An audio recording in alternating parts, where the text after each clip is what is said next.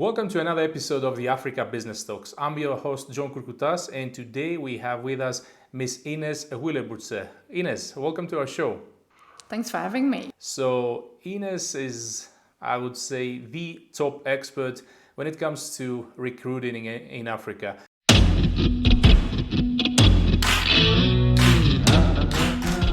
She's Dutch, but she has spent most of her life in Africa.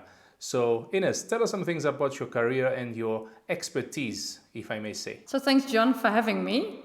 My life started in the Netherlands. So I haven't been in Africa most of my life, but for quite a while. So I grew up in the Netherlands and I studied logistics and transport.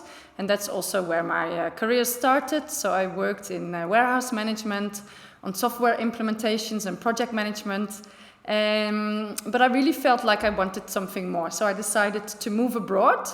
And the employer I was employed by back then didn't give me that opportunity. So I thought I'd figure something out myself. And I ended up in Johannesburg by luck, finding a job there. So that's where the whole Africa adventure started 12 years ago now. We worked there for a year and then I moved to Malawi as well. So that is where the whole Jobnet Africa adventure started 10 years ago. So Inez, what are the key lessons that you've learned throughout your 12-year career in Africa in recruitment and also working in Africa? Yeah, I think working in Africa in general requires quite some patience and persistence, but the opportunities are just abundant. And I think it's also got a vibe like that. So people are really looking to grow and to get things better and faster and moving. So that's the general vibe that I feel. So lots of opportunities, but yeah, things don't usually happen overnight. So also a little bit of patience. So in that sense, I don't think it's for everyone, but if you do dig in, it's definitely rewarding. Comparing Africa and Europe, concerning recruitment, of course, going there slowly, what would be the major differences and the major similarities? Okay, so similarities, I guess it's still a business people. So you're trying to find the best person for your particular company in that particular phase for that particular role. So that is general, and there's CVs, there's LinkedIn, so that all works the same. I just think the main difference in Africa is that there's a lot of young people in Africa. So that group of people is a lot bigger than the more senior people. So if you be looking for particular skills or experience, that might sometimes be a bit of a challenge, where people have the education maybe by now, especially in countries like Kenya and Nigeria and Ivory Coast, but maybe they just haven't had the opportunity to build up particular experience in particular sectors that have been rolling in Europe or in the West for much longer. So that can be a challenge when there's an investment or a company coming into Africa, trying to set up a service or a product that is new in Africa, and then trying to find leaders or senior management that can actually run that company. But there's just nobody that has that experience yet. So that's a bit of a challenge. Having said that, if I'm not mistaken, when you started Jobnet Africa, which at that time was named, how was it? Werk in Africa. Werk in Africa, correct. If I remember correctly, you were specializing in recruitment for expatriates to Africa. Is that correct? Yes, yeah, that's how we started out 12 or 10 years ago when I started Jobnet Africa. And that was because when we were living in Malawi mainly, we felt like the international companies were really struggling to fill that senior gap, like I was just explaining. And I think that is still the case, but it has moved a lot from expat searches to regional and local searches, specifically in the countries I was just naming, where people have just had more experience by now. So at this moment, what is the percentage of expatriates to the, let's say, African CVs that you get and that you manage? So we don't actually, it's interesting you say that, because we've stopped giving it a name like that. So expats we would call international candidates anyway, but there's so much African expats as well. So, and it could also be a local candidate that has been overseas and wants to repatriate or is like from the diaspora. So it's more the actual experience that you're looking for than it being somebody from that country or that area, if that answers your question. So if we had to mention a percentage of what you've just mentioned, what would that be? So what we've seen, and it's really shifting over the last years, but I think by now we place about 40% of the candidates locally, so within their own country. I would say 30% would be regional. So that's usually maybe a Kenyan moving to Uganda, or Ugandan going to Tanzania, or somebody from Ivory Coast moving to Senegal. And then, the other percentage would be overseas expats or international candidates. So there's been a big shift over the last 3-4 years, I would say. So if we had to give an advice to people looking for a job in Africa, what would be the best practice? And is it the same for expats and locals? No, I don't think it's the same.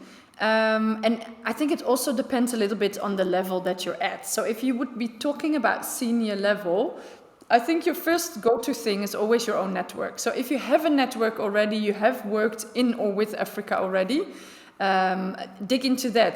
People will know people, and generally people are quite happy to help each other out. And I think the second one is to go online. LinkedIn is probably your best friend, but Google can also help a lot. So that is where you build your network and where you build your pipeline of finding a role or building a network in Africa. I guess if it would be more local, then still your own network would be a big thing, and the online as well. But it's a little bit easier to pick up a phone and drop by an office or something. Even though I don't want to go into a more generic discussion concerning recruitment, I have to ask. Even myself, like in my early days, I used to send CVs online or even offline back in the days.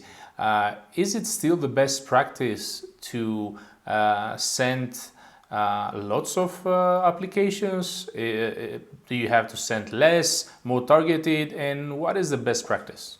Yeah, it's a very good question, because being on the application side can be quite daunting and disappointing. And there's a lot of regrets and rejections. But I just want to tell people always, you have to keep in mind you only need one job.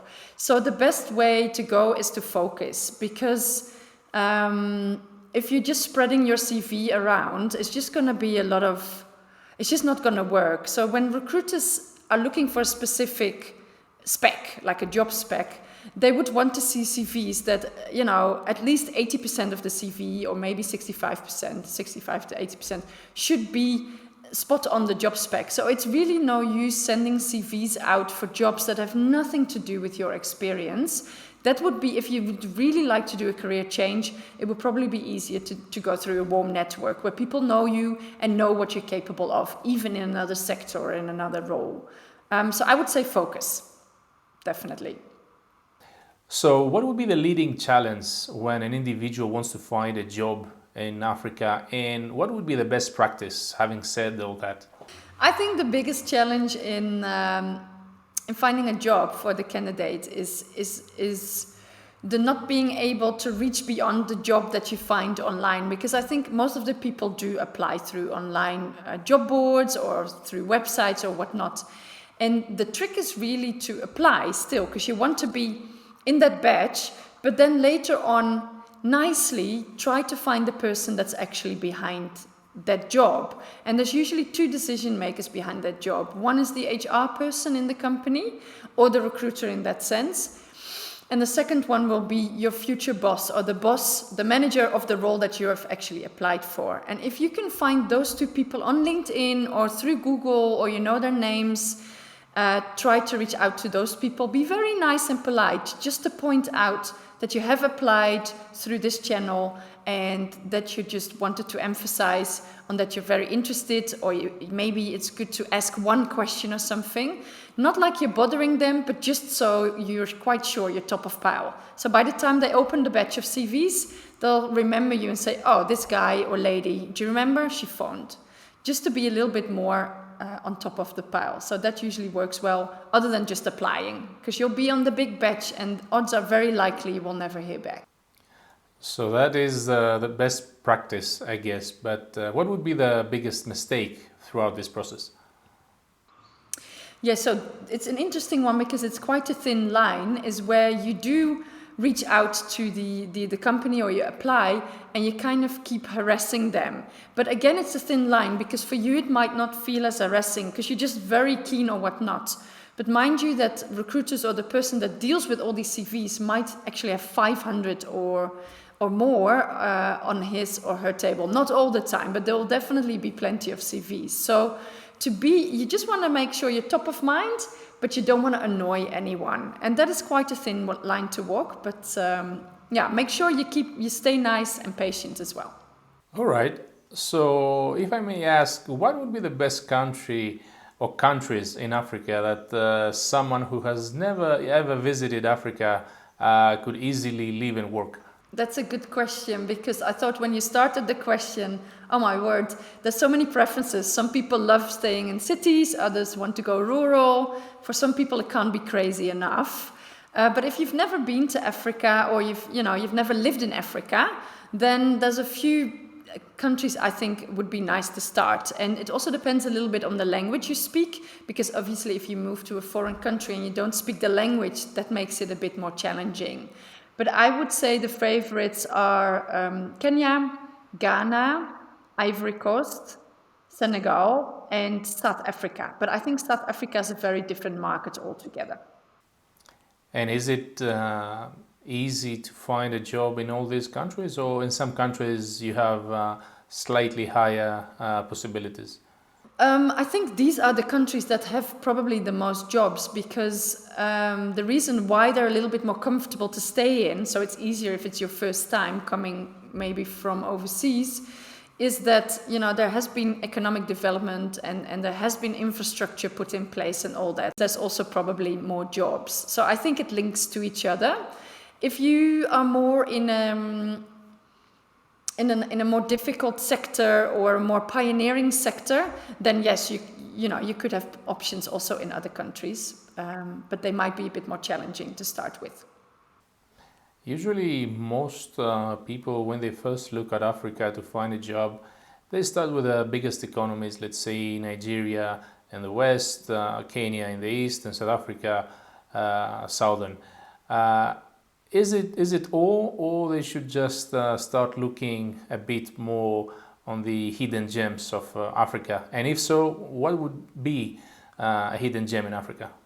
That's a good one. Yeah, I think it is a good idea when you do start looking, and when you want to focus on a few countries. So do a bit of research and also determine what you want your life to look like. What do you expect from a place when you move somewhere? There's definitely hidden gems, and there's definitely stuff going on in other countries as well. So please don't forget about those. And I would say some hidden gems could be Rwanda or Uganda, for instance, quite a bit happening there. I lived in Malawi, so I think that's fantastic, but there's not too much going on. Zambia is a favorite for a lot of people. And if you look at West Africa, I've heard fantastic stories about, for instance, the beaches in Liberia, but it's quite a hardship country. Senegal, like I said, so there's definitely hidden gems there.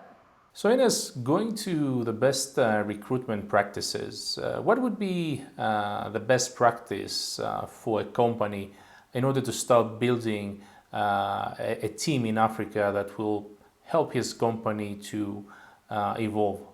I think like with implementing most of your business plans or plans, even your private plans, a preparation.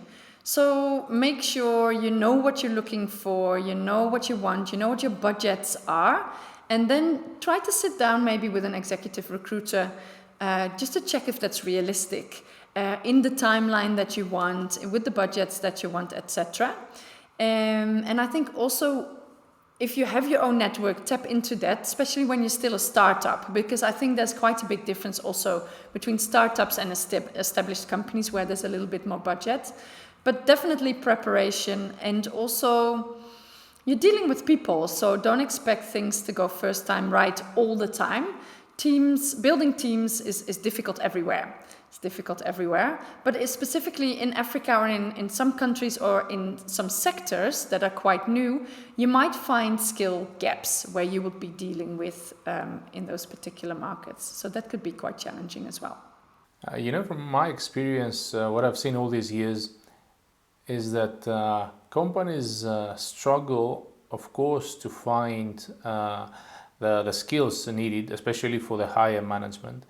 But also, they are reluctant to bring someone from overseas because they will spend time, they will spend money, and also there's a quite strange procedure in some countries concerning the work permits. And then what if this manager is actually the ideal manager, but he only stays for a while? And how do companies overcome this obstacle?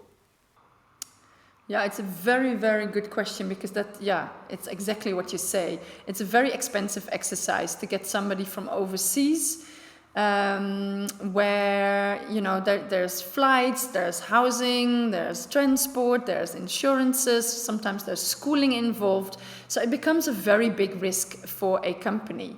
And it's also what we've seen over the last years is that is also maybe why less and less expats are welcomed, because it's just such an expensive risk other than maybe finding a good regional candidate or a great local candidate.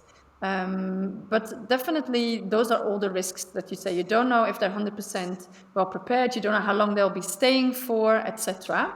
What the spec we normally get, or we see a lot, and it's basically also the search we mainly do, is for people that have experience on the continent. Because at least then you already know that the people that you're placing know what they're starting, and they know, they've at least experienced some sort of culture shock when arriving, knowing how to deal with intercultural teams, etc. So that lessens the risk a little bit. And on the other hand, I think if you do go for expats when you onboard them, it's very, very important not to just drop and let go and hoping all your problems will go away, but they need proper coaching. And I think what is also very important is to keep the family happy. That's probably even number one.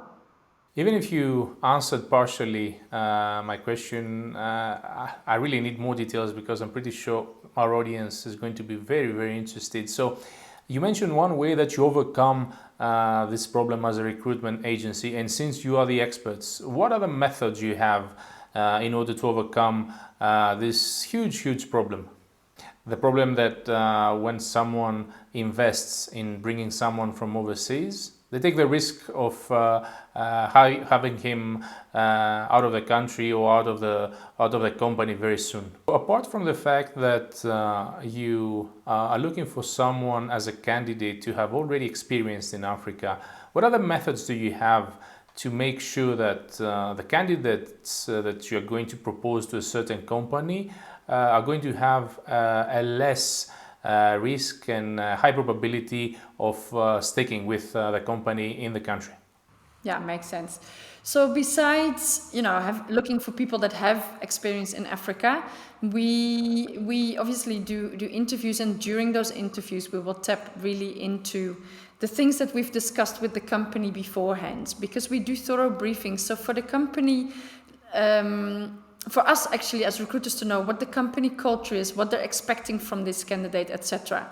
That's quite important, so we can actually mirror that during the interviews and report on that.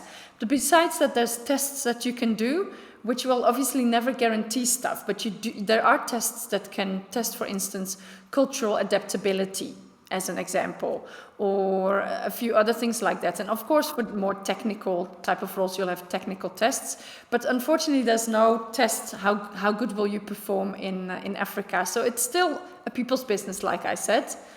So there's a few tests. And I think references can really work. So references specifically if people have already worked on the ground in Africa. And I think, but that is after the onboarding to coach people through the first few months. That will definitely reduce the risk of people leaving in the first maybe year, And also check for people that have a long-term vision. So it's great to do it as an adventure, obviously, but companies usually cannot use that. They need people to stay on long-term. So that would definitely be something we check beforehand, but obviously that is never guaranteed as well. So it's tough. It's quite difficult. Yeah. So, all right, a company has already chosen the candidate that you have suggested, and the time comes for the transition phase. So, onboarding, what would be the onboarding process look like, and what are the key elements? Yeah. So when you speak about international candidates or expats, I think it also is determined a little bit by the budget that the company has. Like you'll have the big multinationals that have teams in place to onboard people, whereas the smaller companies or privately owned companies, the people actually have to do it themselves. But there's typically a few things that need to be done. Obviously, visa, like you tapped into already. It's never easy, but some countries make it quite tough. So visa requirements is one thing. Some companies will actually offer cultural training to the candidate and or the whole family beforehand. Depending on the budget and the company as well, people will have moving expenses paid for and arranged. So there will be containers with furniture maybe brought in. That's a lot of arrangement. Sometimes the candidate flies in before the whole family flies in. So there's a lot of arrangement and managing expectations with the candidate and the family. Then there's medical, so insurance. What type of insurance are you on? Where will these people live? Is there schooling available if needed, etc., etc. So there's quite a lot to arrange before somebody actually arrives. And it is so important because imagine you are taking your whole family or yourself abroad, like to a new country. It's quite uncertain. So if you're not being made felt welcome and well arranged for at arrival, that can be a very, very big dent in the trust towards the company that you'll be working for. So it's important. Well, if you had to give the top three advice, both to companies and individuals looking for a job in Africa, what would that be? Be prepared. So prepare yourself well. Think about what you want and what you don't want, so you don't get into any surprise when you arrive or when you hire. Be a little bit patient. Things might take a little bit longer than you're used to, but it's not like you're moving from in this case Rotterdam to Amsterdam, maybe in a Dutch example. It's a big move. It's also big for the company. So in both senses, don't expect the whole process to be done in a few weeks. It usually takes a bit longer. Actually, the process from starting to search until actually onboarding takes between 3 and 6 months typically. So take that into mind and keep communicating both ways. Also as a company, don't let your candidates hang around and not knowing what's happening, and the other way around as well. As a candidate, feel free to contact people beyond just an online thing. So keep communicating. Throughout all these years that you're dealing with recruitment in Africa, I'm pretty sure you may have some funny or interesting stories to share with us. So would you mind sharing just one with us? Oh my word, I could write a book. Yeah, well, you can imagine with all the traveling we've had, people get lost or, we don't know where they are at that moment. So those are more the cowboy stories, I think. I've seen candidates smoke in interviews or drink beer on online calls. And they thought it was like out of the video, but it wasn't. So that's one side. So Inez, you told us that you just moved to Cape Town. So apart from these big chains, what are the future plans of yourself, of your agency, in general? So we're getting back on the road. I mean, we used to travel so much, 3 or 4 times a year. We would call them road shows. We would just move, go to Addis or to Lagos or to any African city to visit candidates that we'd placed or new prospects or existing clients, which is usually so much fun. So we're definitely picking that up again, and we'll post it, and it's always it gains a lot of traction. It's great. And other than that, we just want to keep helping people, gain profit and time, like we've been saying a lot. Just so helping people find jobs, helping companies grow through great people in their team. It's really rewarding when you make a good match. And obviously that's what we try to do in this challenging environment, I guess. Inez, thank you very much for joining us today. It was a pleasure. I'm pretty sure everyone learned a lot. And definitely if someone wants to reach you, they can check just below. We're going to include all your details with your website and social media. So thank you very much for joining us. Until next time. You. Thanks for having me. Bye. So for all of you who found this video of value, same as me, make sure you like this video so you're updated with our future interviews and discussions. And remember, Africa is in your hands. Until next time.